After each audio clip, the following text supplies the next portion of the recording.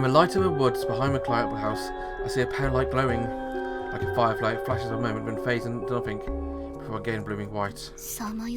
Don't tell me. Wandering Wendigo or something's going to make an appearance too? The twins don't seem to have noticed anything. They continue to stare in silence at the entrance from the corridors on the first and second floor. Could it be Yatsuro Senpai? Another possibility suddenly occurs to me, but she said she wanted to capture a creature on film. I considered it a while, once the flashing had stopped. The pale light could be the camera screen. Yaegaki-chan. What's up? It's here. That's going to whisper what she means and look back from woods towards the clubhouse. Green Hookman. As she answers, I spot a black figure of a Hookman in the corridor. Let's go. I whisper to no one in particular and make my way silently towards the building.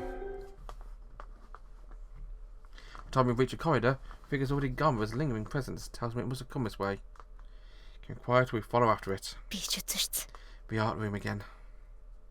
Just like last time, I can hear faint sounds coming from within the art room. Exchanging a look, we open the door. A scream rends the darkness, shredding our nerves. The terror of hearing such a noise emanating from a dark, empty room gets my heart thumping so hard I feel like it's about to burst out of my chest.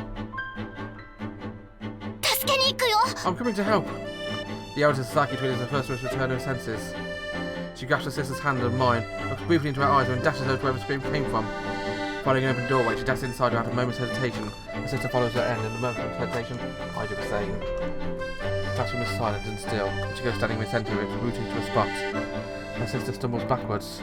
Look at one lying prone on the floor. Sister Basket, what?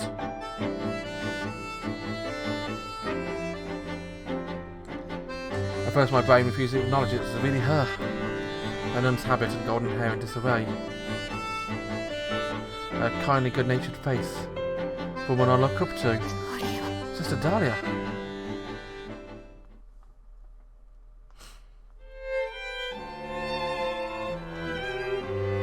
I'm about to get an interlude.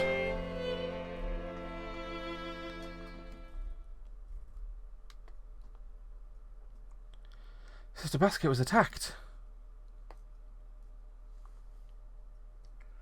I tell about what happened to Sister Basket when I get back. All I get is a short relay. I look at my Amitié partner lying in a bed. My body feels limp and shaky.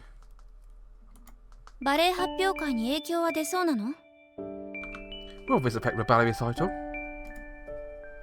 I bite back my instinctual response to the selfish words of hers, just making things worse. When things like this happen, the first thing you're supposed to ask is how the victim's doing. For a moment you just asked that, and I forced my anger aside. There were no external injuries, nothing to indicate that she was hit or anything. It just seems like she encountered a Hookman close as she was patrolling and fainted. My blood had run cold upon seeing Sister Basket's unconscious figure. It appears the only damage was a bit of a bruising from when she collapsed, but she didn't hit her head, thankfully. However, I'm going to catch this Hookman. Oh, that was already a plan. It was, but to be honest, I wasn't being that serious about it. Went into it like one of those stupid teens that goes poking around some spooky abandoned building for fun. But now I'm really going to knuckle down. My determined announcement is swallowed up by the hollow darkness, leaving only silence. The very noise in the room is the even sound of mine and Chidori's breathing. Erika, you... Hmm? You really care about it, don't you? More than anything about my whole wide world.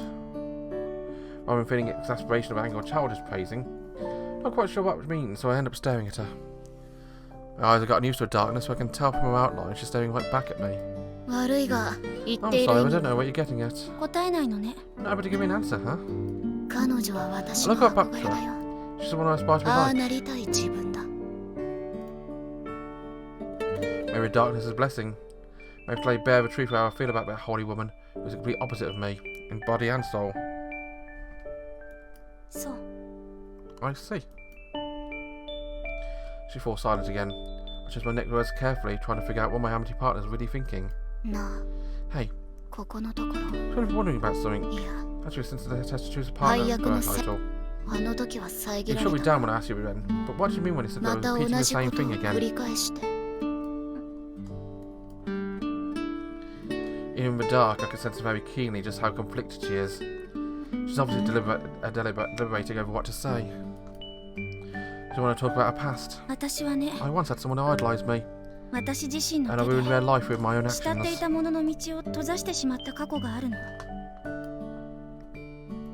She finally speaks. She tells me about how her parents are always working, how she barely had a relationship with them, and so pursued ballet in an attempt to solicit their attention. There were interesting things I did at first, but it was only ever temporary and they quickly forgot about me again. Even so, she continued to devote herself to work, heart and soul, desperate for them to see her. And then, we weren't interested in most of the stuff I did, except for ballet. That was one thing they always praised. Thinking about it now, guess it was the easiest thing to brag about and make like, she mutters. But I was happy. They promised to come and see me perform and I gave me more practice than usual. To the point where nothing else mattered. But one younger girl who adored her. She goes on to tell me how the old dancers said the girl was ill, or had a fever, or something like that. But when words reached her ears, she didn't really hear them. And then the day the performance arrived, I danced. I felt so emotional my parents actually come to watch. Their performance of a Nutcracker continued in the end of Act 1, the start of a box of snowflakes. It was a big moment, she whispers, her voice so quiet I could barely hear her. She collapsed and I couldn't get back up. Rather than being concerned for her, I was annoyed with the show. And now she's never going to dance again. She tells me that tearfully. She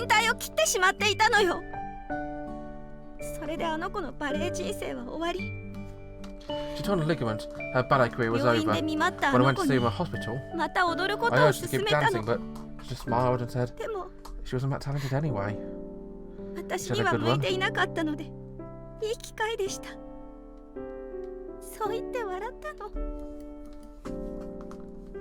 She smiled, she repeats, her voice swallowed by sobs. I see. When my purse was hurt, that girl who idolized her, but Chidori saw.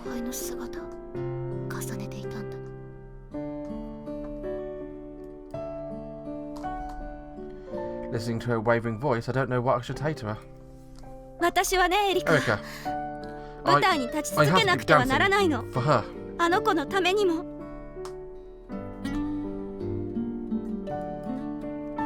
I wonder when she said she wouldn't be at the academy for long, it was an expression of her determination to pursue ballet for the sake of a girl who could no longer dance. If what she said was really saying when she wanted to dance centre stage. Erika, since meeting you, I've been changing little by little, just like that girl did for me. I thought I was turning into the kind of person who was able to care for people other than themselves. But I haven't changed at all, she says, her tone endlessly self-deprecating. My selfishness caused the present to get hurt. You can't change who you really are. I'll always be the same as I was back then. A silence descends from the room, indicating when conversation is over until I break it. That's not true, I tell her. Hey, Chidori. Remember before when we talked about whether humans are fundamentally good or evil? Yeah. Which is why I'll never change. I believe humans are fundamentally bad. Yeah. That's the view we both share.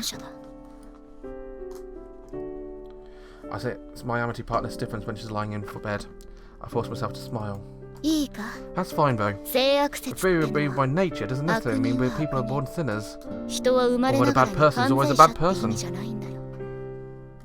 Junshi, for example, identifies people who don't study, learn from mistakes as being bad. His theory was that since people are born ignorant, however bad they may be by nature, they should learn to be more virtuous.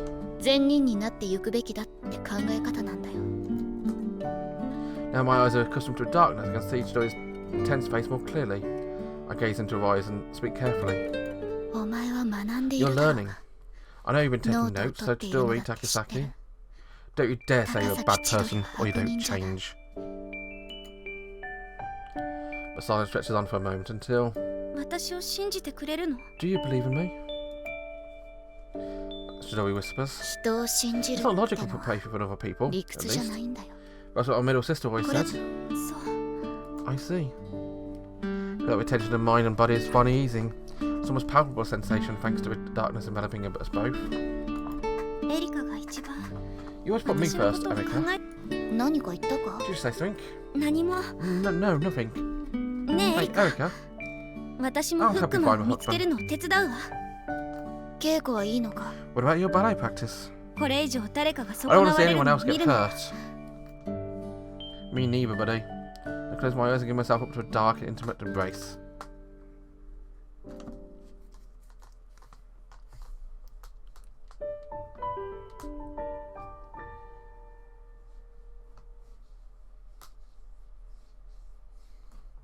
After class, I head to a clubhouse together with Chidori.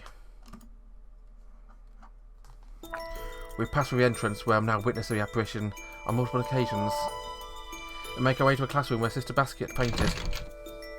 As expected, the door had been securely locked. I retrieve a tool stowed under my butt for safekeeping and feed into a keyhole. It's been hard to pick from the lock to Sister Basket's room. It's still nothing more complex than a safe and neighbourhood grocery store. No challenge at all. You did say your hobby was lockpicking. I see you weren't joking. It's one of those things that gloomy suggestion types like me enjoy. Eh, open sesame.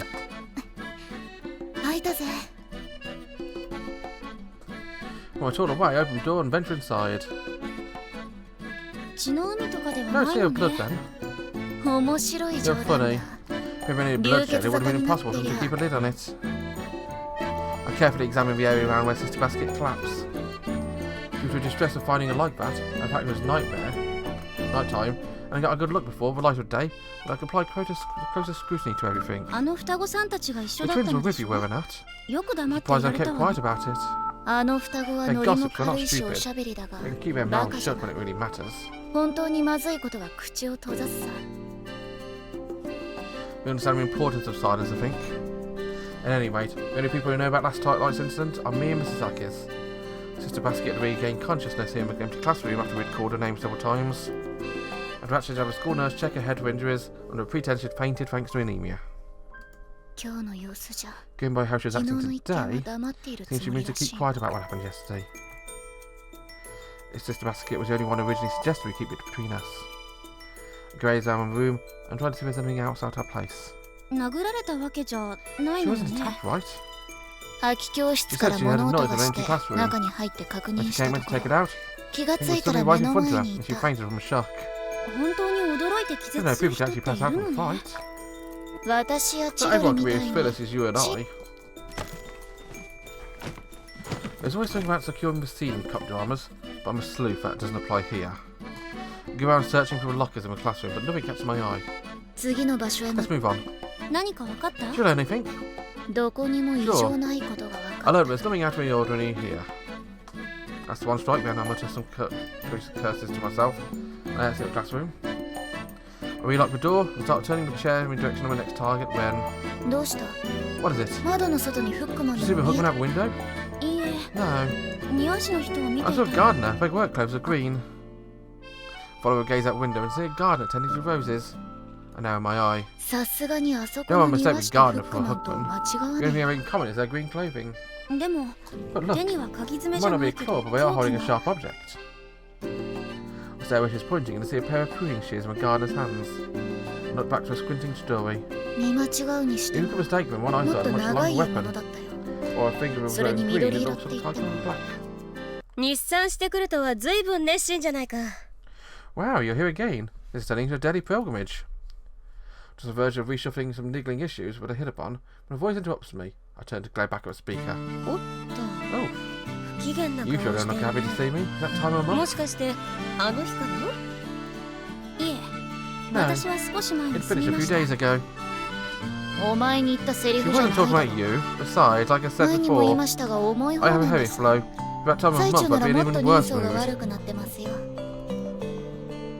Yeah, she was senpai laughs cheerily.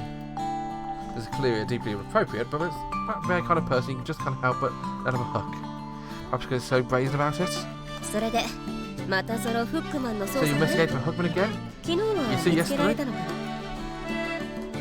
Going by how she phrased that, that's why Yatsuro-senpai had no luck of an evening under a camera. She'd been even more fired up than us. But I suppose I should have figured since she didn't have come in from a screen. We struck out yesterday. How about you? Same here. Well, I did catch a couple of misguided young souls out there. Oh, Hookman. No. A couple of girls trying to prove out balls because maybe it's the season. I don't know. Some students are good by checking out the 7 mysteries. To spread courage, that reminds me of our Sasaki system we were to talk about a Bloody Mary ritual. So people heard of the room was coming to the clubhouse at night as a test of courage. Yeah. People talk, you know. Both of just come during the day to get a little taste of atmosphere, but that alone isn't thrilling enough for some upperclassmen. So we're speaking over here at night. It doesn't seem like an activity befitting most of a young lady at the prestigious town committee, but I get it. I suppose I'd be weirdos like myself and Mrs. Sasaki is to be found everywhere. So yesterday we encountered some of these upperclassmen, escorted them back to the dorms. Oh, something like that. It was a cut through a wood so not to be spotted, while it was all covered up for keep the bugs off, but the other hadn't taken it seriously and they were quite a state. Well, I guess I learnt a lesson. Yatsuro-senpai chuckles at misfortune, she had a vague smile. So pale light insinuated words at night must have been most students. So I don't be unreasonable here, but as college students, staying out here after school closing time, I can't turn a blind eye to it anymore. That's not fair. No, we should be grateful she's had them hooked once already. It's just... yeah. So it's about what asked finally following on, smiling cynically. She's obviously eagerly waiting to see how I'm going to bargain my way out of this one. Let's take a peek inside the art room. We'll leave as soon as we reach its closing time. I can't stop him playing visits to any clubs. Oh right, of course. Today's the day off. Drives off to take a look at the art room and comes rushing back to us, her skirts flying. Yep, I don't have club activities today. Looks like no one's around. I pretend to be flummoxed by this, but it's actually good news for me. Once Yatsuro-senpai's gone, I can just pick my lock. What's up? Don't tell me the key to solving mystery with Hookman is art room. The truth is, I got some info from a loud noise heard in the art room. The Hookman was sighted. That's why I was being investigating there. Could have told an outright lie, but she's a sharp girl, she would have seen right through that. Need to mix in just enough truth. Fascinating. Her mood flips instantly to one of extreme excitement. She now says we'll go check it out immediately. Are you sure that's okay? What are you talking about? There's no problem if it's all closed before closing time. Plus, it's a request from a real cutie and a classmate. With a little favour from me to you. Just after that, shouts about how she's going to grab the key and get permission to enter the room. I don't recall asking for that favour. She's an odd one. I nod, but realise that the same often said about me. A strange feeling about blossoms inside of me about the idea of being lumped in with Yatsuro-senpai. I just remember they said we're going to do a big spring clean, Yatsuro-senpai continues. However, we will not continue. Thanks for watching, guys. Join me next time for some more farm flowers. Until then, thanks for watching, have a wonderful day, and bye-bye.